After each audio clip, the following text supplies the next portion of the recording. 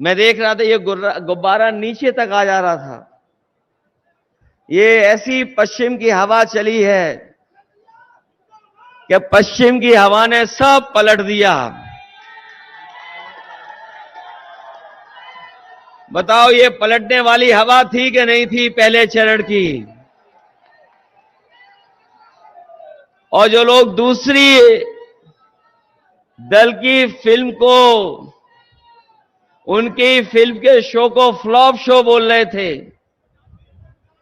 बताओ पहली दिन ही पहले शो में भारतीय जनता पार्टी की फिल्म फ्लॉप हो गई कि नहीं हो गई? फ्लॉप।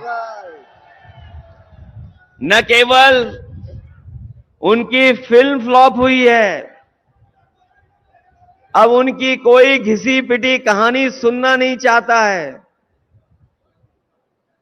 न कोई उनके डायलॉग सुनना चाहता है,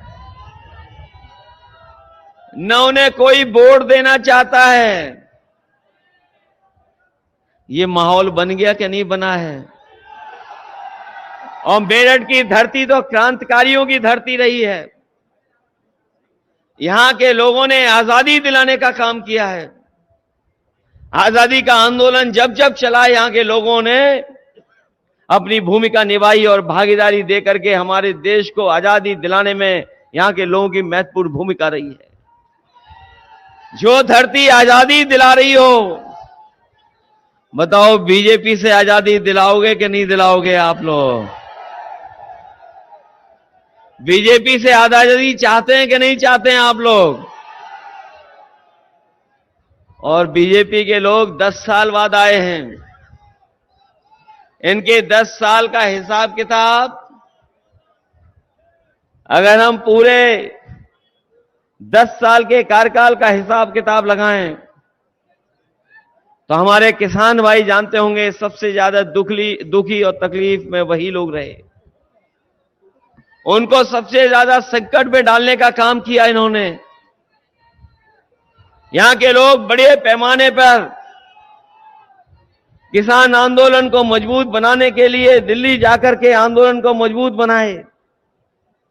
अगर उन्हें संघर्ष करना पड़ा होगा, संघर्ष किया। और जिस समय बीजेपी के लोगों ने 3 काले कानून लागू किए थे,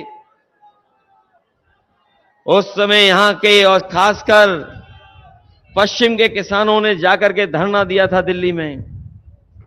यहां के किसान, यहां का नौजवान अगर निकलना चाहता था धरने के लिए तो उनके ट्रैक्टरों को पकड़ लेती थी पुलिस।